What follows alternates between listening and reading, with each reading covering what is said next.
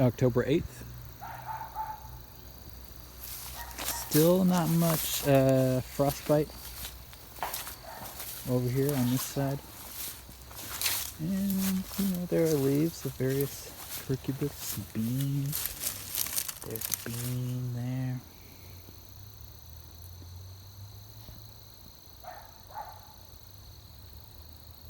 Squash.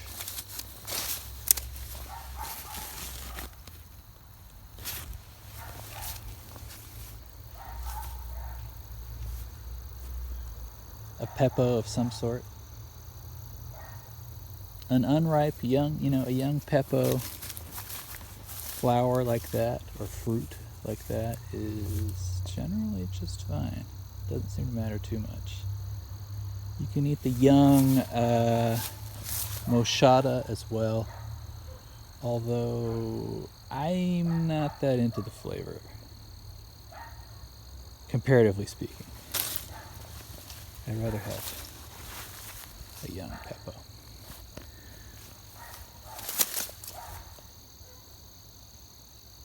The weather's great. I'm loving it. I'm gonna plow through some of this,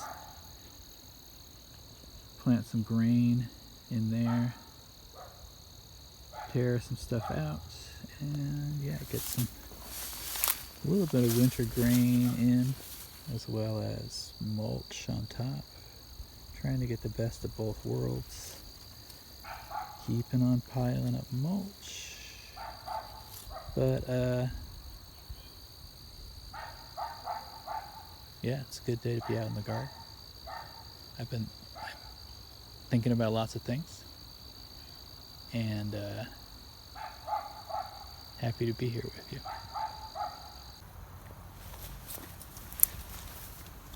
Just mowed out a patch of what was covered up with landscape fabric, and now I will plant grain into this.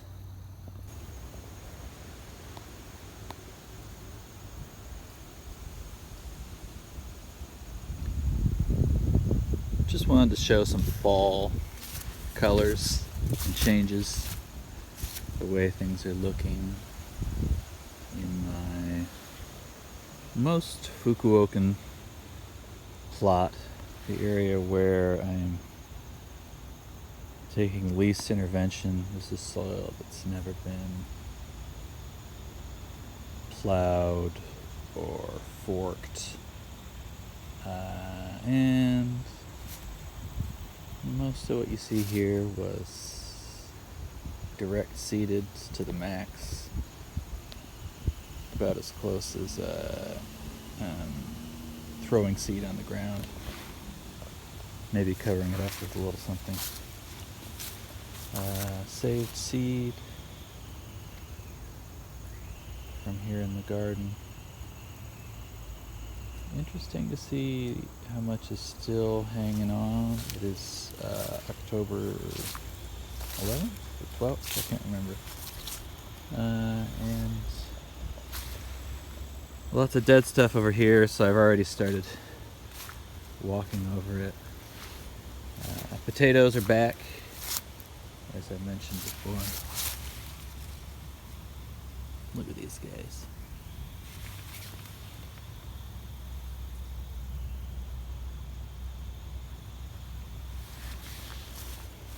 We'll see. Then maybe we'll just kind of plump up on the ground and go back to sleep.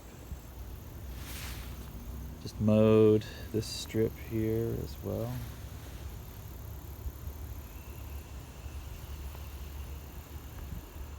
Just because there wasn't much going on. All the vines, I sort of moved over to this side. At this point, mostly for the purpose of walking on, as a way of sort of softening my step. Not that I'm too worried about compacting the soil, as it is pretty dry right now. But nice to see the fall colors in contrast with the still hanging on cucurbits. There's my names. There's my There, some tomatoes, still kicking.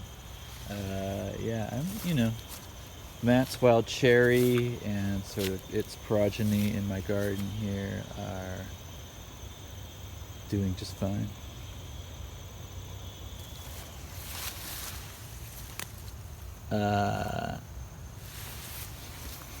And I've been thinking a little bit about why stuff that's in a sort of more shaded area is doing better at resisting frost. I do think that there is something about the sort of bricks of the sap or nutrient density that allows these plants to get away with colder temperatures, surviving colder temperatures. And why this happens when it's in a shadier area, or is it that they are, sort of tougher plants because of their, whatever their connection is, the association that's been made with the soil, is that they're surface sown. I don't know, but interesting to observe. So, stuff that's dying off over here. I'm welcoming these leaves. That's a nice little extra touch. This is stuff that I just mowed over at a very low setting. My lawnmower has, 7 heights, and this is the second to lowest height. Can't tell you much more than that. It's the Craftsman red lawnmower. So that looks good. I am, of course, in the long run looking for more elegant systems than a lawnmower. I don't think that gasoline should have to factor into a human's ability to grow like this.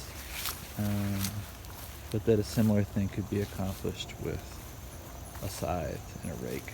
And that's something that I have used in the past. Just a little lazy this year, I guess. Here's a patch that was covered up with some landscape cloth, and then that was removed. Put a big layer of just grass clipping kind of mulch, and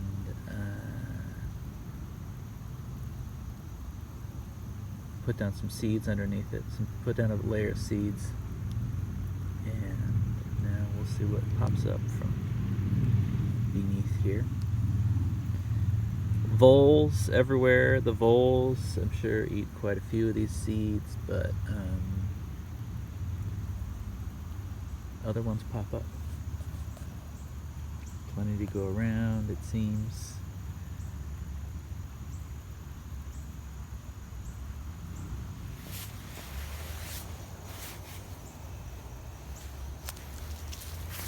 Here is daikon, coming in just fine. What seems to be quite a bit of variation. I can't really tell what's what.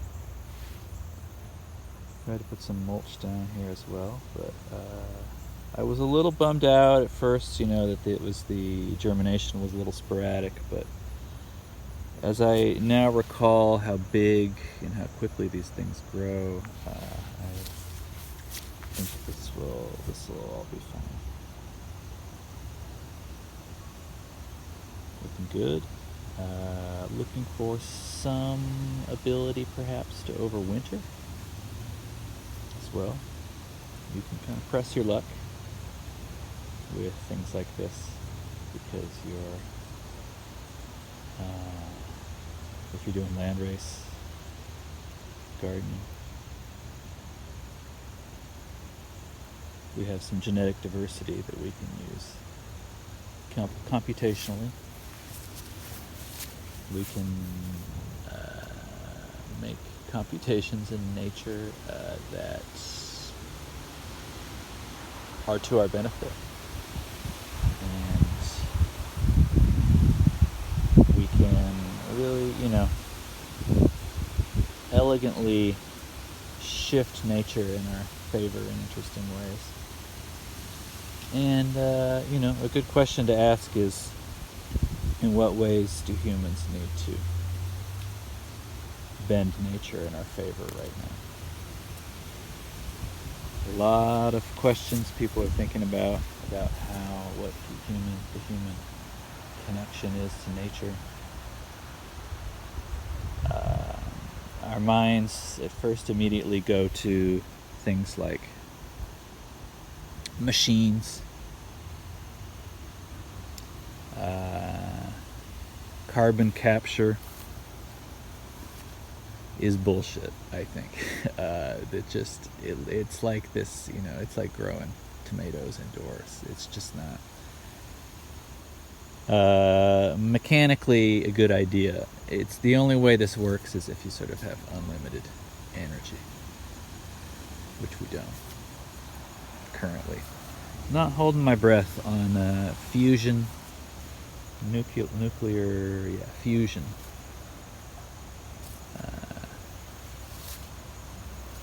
Working out, or you can create fusion, but at a net energy loss. So can we change that? There have been some interesting developments recently, but still, the point being, we shouldn't just think that we can take as much energy as we want. That is a fundamental flaw in sort of human thinking. And it's best, I think, to just move on from any sort of solution that requires electricity or obviously fossil fuels. When there are all these other carbon capture, it's like, well, you know what? There's a lot of natural ways that we can promote the capture of carbon if we sort of properly understand what our relationship with nature can and should be, the level of sophistication that we can sort of weave ourselves into systems of nature is, in the modern world, just really under-tapped, because this sort of style of breeding and sort of getting what you want out of the equation is so free and useful. There's not a good way to sort of make money from this, because if anything, this promotes the little guy, and there's no real way around that as far as I see it, because it is such an interesting intersection between human understanding and how the world actually works, right? And human understanding is always going to be at a loss for how the world actually works on some level. We are not angels. We do not possess otherworldly abilities. We are biological creatures, and there are, by that definition, going to be things that we can't understand. But look at how easy it is to manipulate nature nonetheless without understanding the processes that are involved in it. There's a lot of examples of these things. Where humans have used things in sort of a practical way before understanding, what is fire? What is the science behind fire, for example? And they're invoking a certain level of abstraction. If we think about how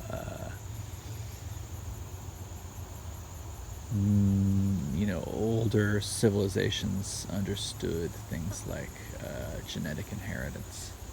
You don't really have to know how the DNA exists to sort of see this playing out in nature. People's kids look like their parents, and intuitively, a seed from one thing will tend to produce a thing that looks like this. Once you understand that, then you're kind of off to the races. You will,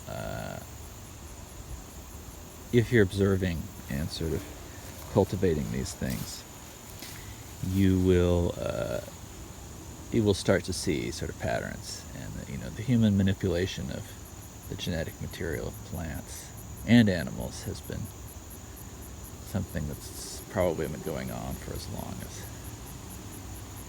we've had the ability. Even just accidentally, promoting one plant over another. And we currently live in a world where there's a lot of, agricultural problems, which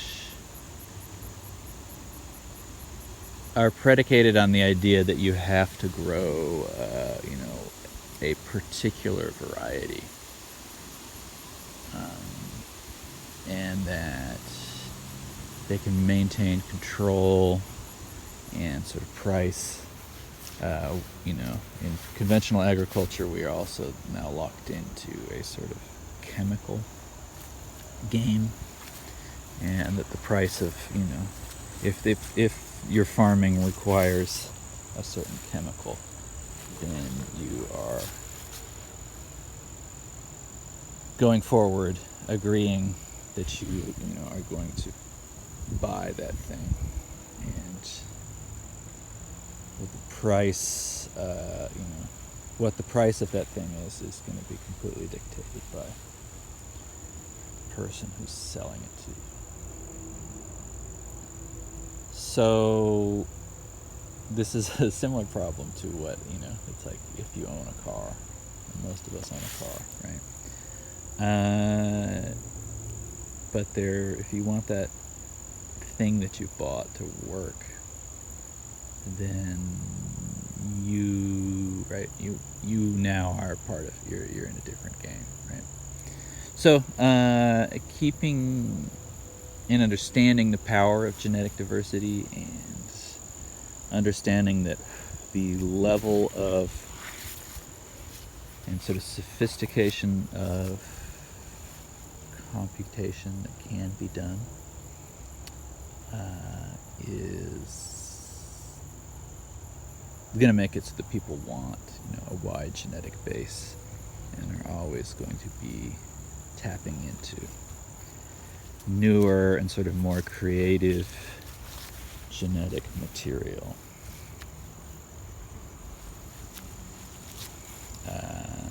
And so, creative genetic material often means that you roll back the domestication, go back to wild forms of things, look for new genetics, always keep trying to have the widest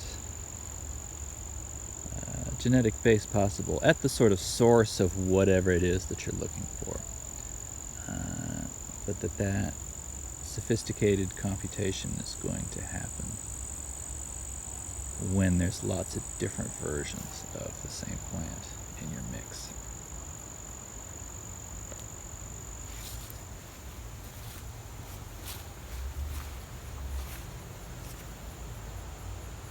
So, let's take a look at some stuff that's coming in.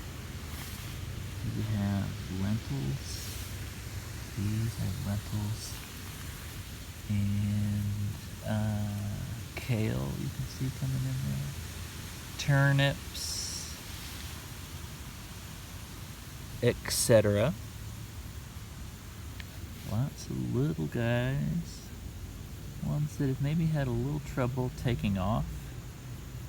But yeah, happy to see some greens coming in here as well. Some weeds. whatever that one thing is. I don't know the name of it.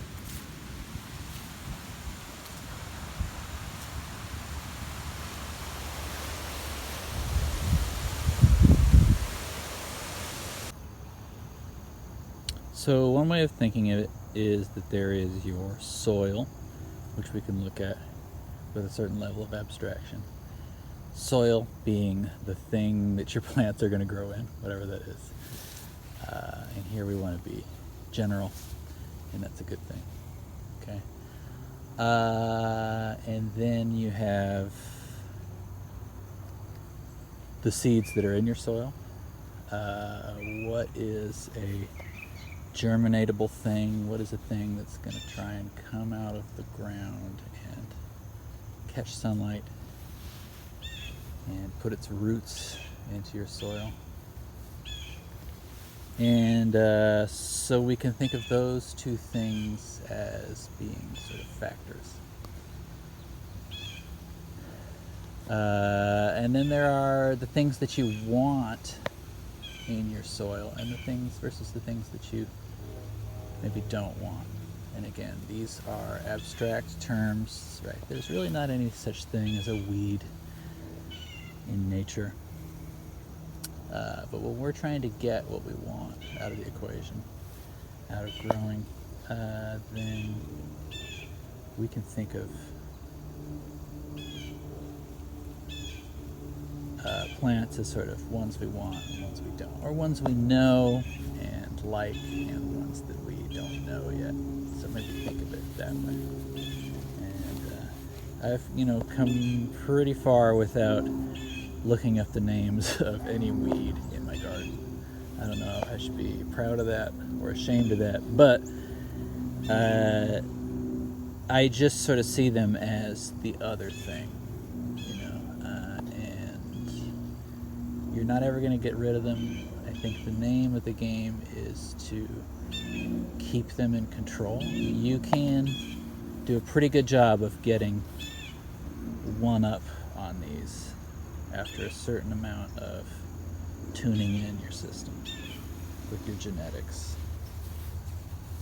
I believe this to be true, and that when you have as much fertility as we do in the sort of systems like Jadam, fertility is not going to be a problem, so having weeds growing next to your plants, I don't know, I just don't think it's going to make them taste any worse. We're allowed to think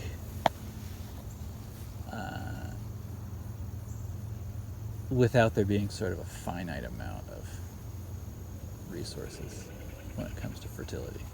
I think anyway, that nature fills in a lot of the gaps and things come from strange places to get to our mouths, right? And that there's, a lot of things we don't understand about how the fungus underground process minerals and things like that. But nature's way seems to be the more elegant and sort of more evenly distributed in good proportion sort of way.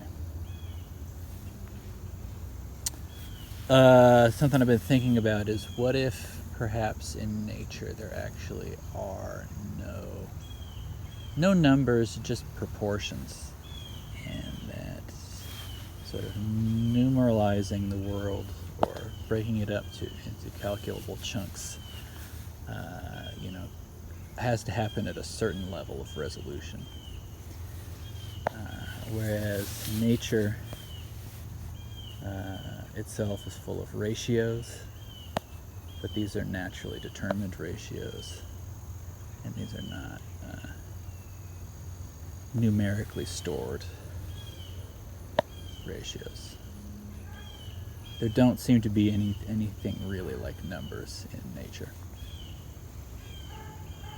as far as I can tell. Feel free to run this experiment on your own, but show me one, exactly one of anything.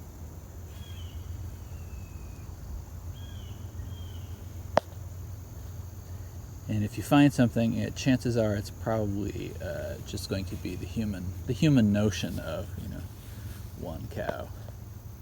But how are we drawing the line between what is and what isn't something? So when things become countable, well, a thing is a thing, and then suddenly becomes countable. So just something to think about. Really only sort of ratios or sort of relationships between different versions of things. Things that form sort of in the abstract, although they are actually not so mechanical. Right? But the little machines build up in nature, it seems. How this happens, we don't really know. But there's, a lot of interaction, layer upon layer upon layer upon layer upon layer of systems, right? So a system on top of a system on top of a system on top of a system. Everything is a system. Everything is a system acting on another system. And it seems, from the reductionist point of view, that this is an impossible game to win. From the reductionist standpoint. From where we are looking at things, though, it seems like, okay, well, we have actually a unique opportunity to simply observe and select and manipulate nature in very elegant ways that it seems would be harder to do if we had to sort of check every box in terms of the DNA code. At least that's my hypothesis, that we should be actually using a little bit more abstraction in the way we look at genetics as it relates to breeding. Vegetables, plants, things we're trying to use.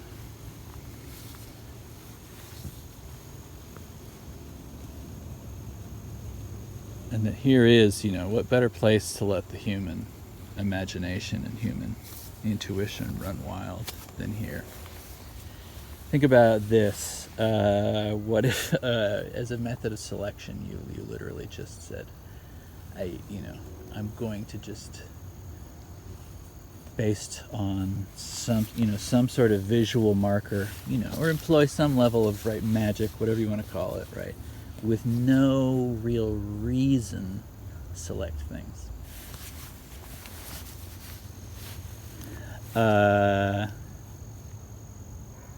Other than your just human creativity and human intuition, and grow those in a group. What would happen then?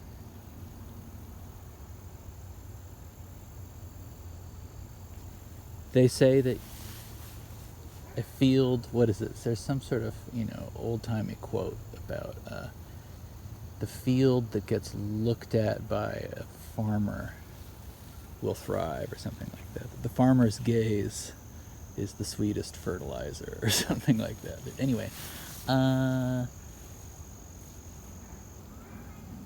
which we maybe can actually take literally. I think people have traditionally interpreted this to mean, well, but it's him looking after it means that he's doing other things, and that those sort of things, other things, happen accidentally. But who knows? Maybe there's some level in which human intention, our ability to think and sort of manipulate what is a sometimes mechanical world,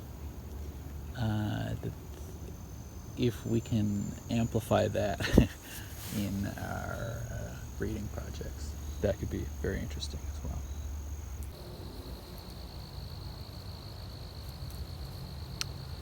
Forces we can't understand, and yet that we observe. Gravity is one of those. That doesn't stop us from observing how gravity behaves according to our perception. And so what else can we work with on that level? Things that we don't completely understand, or it seems inconceivable to us that things can be attracted to each other at a distance. Although, these days most people have seen a magnet. But imagine a time, when we didn't really have a very sophisticated understanding of gravity was, and therefore we didn't also have a sophisticated understanding of the heavenly bodies. And there are all sorts of things underneath the ground as well that I think we really haven't taken time to think about, or sort of to be properly in awe of. And that our ability to, for example, observe things happening in nature and to tilt genetics to our advantage in such a way in which this sort of it's as though we are employing the imagination of nature as a creative system,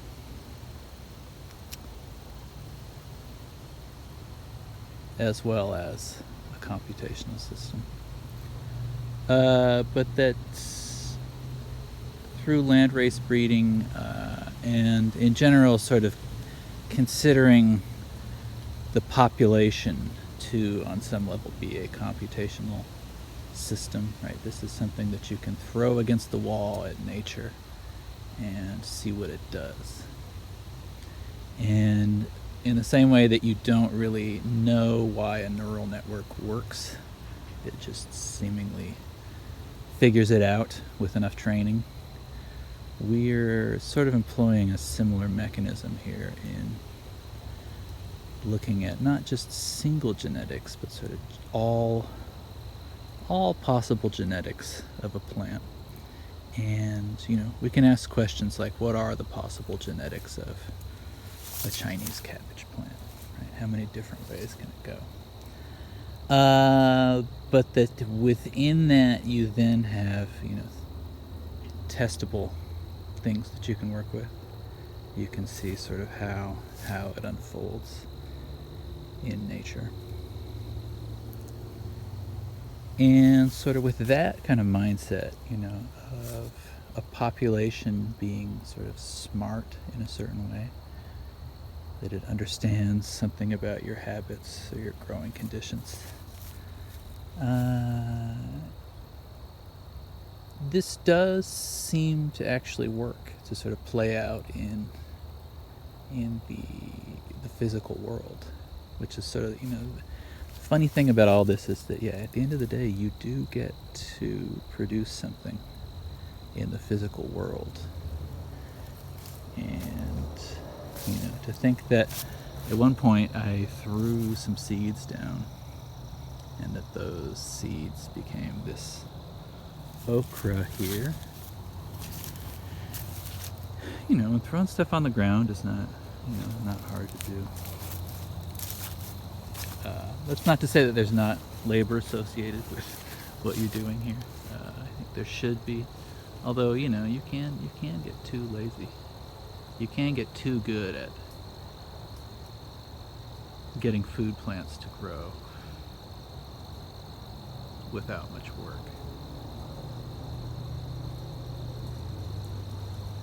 Seems to me that there's sort of a system, though, that you have to lock into, and that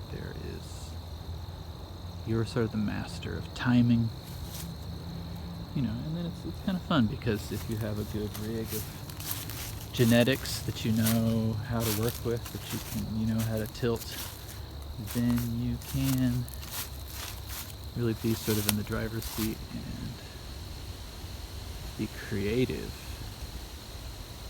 in the endeavor without getting too worked up into the science or sort of the logic of it.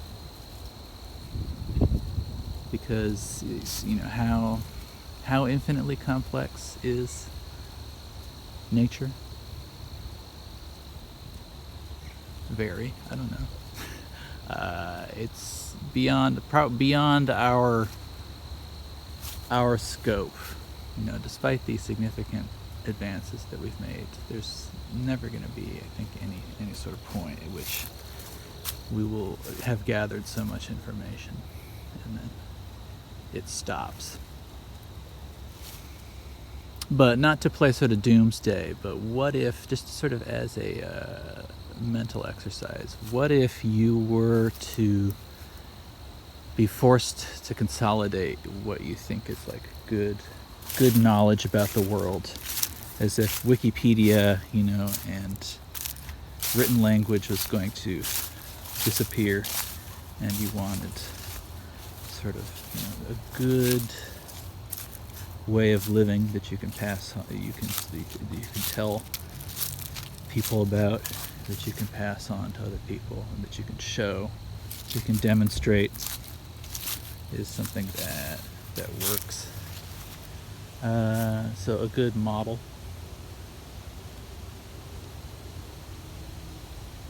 of living that you can demonstrate, and to be able to do it in the most sort of concise way possible, in a way that's going to apply to lots of different growing conditions. We want to be as sort of general as possible in, I think, helping each other out and learning how to grow with these plants. I think it's important to realize that as far as food plant genetics, in many cases we have painted ourselves into a little bit of a corner in terms of the sacrifices that we've made, or sort of the amendments to the contract with nature that we've made as far as these, you know, genetics that are domesticated, so that those things are not as tough as they could be, although they may taste great. They also might not be as nutritious as we assume them to be, and I think blind sort of taste testing, and really being honest with yourself about what you're tasting and what you want to taste. And, you know, as you explore the genetic diversity that can exist in a food plant, you will get exposed to different versions of what these things taste like. And that ultimately you will be, on a certain level, you know, saying there's something about this that I like. Something that maybe you couldn't really measure. It's not just sweetness, you know, and that ultimately I think we really can and should trust our human intuition when it comes to fine-tuning our food plants. This is just my hunch. I haven't done a ton. I gotta be honest, I haven't done a ton of this sort of taste testing type stuff. Mostly what I've been selecting for is the ability to grow under total neglect, or mostly total neglect. Yeah, I would really like, ideally, for everything to be kind of Jack and the Beanstalk kind of experience. I think it's possible to really make stuff that grows really tough, really well, and that can kind of blow people away when it comes to how easy and how good it tastes to grow something that's well bred, localized, where someone's really, searching deeply for the new sort of version of their flavor. And the world's most famous vegetables do have that, it's like the poblano or the ancho, right? To be grown in a specific area with a certain terroir. So, just something more to think about today. It's fun to kind of hone in philosophically what might be going on, to sort of bring in some of the Chomsky philosophy, in particular the ideas of abstraction and idealization, and how we can assume that there are lots of systems acting upon systems within our gardens, and especially as the climate's going to get weirder and weirder, I think that genetic resilience is going to become more important. Something that you really have to maintain, and that our ability to steward the earth in a more responsible and creative way. I think the fact that we have not put things up to human creativity, but have relied on what are mostly quantitative measures, has led to a devaluation of human creativity, but that it's really our time to shine, and to unleash a new day, I think, of creativity in our interaction with nature, in our gardening, right? I take pretty sacredly the idea of what a garden is. It's got a nice. I just like it's a word that has a nice ring to it to me. It invokes a lot of, I don't know, nice feelings. So, what can we learn from simply observing a little spot of nature? Something we're trying to keep as natural as possible.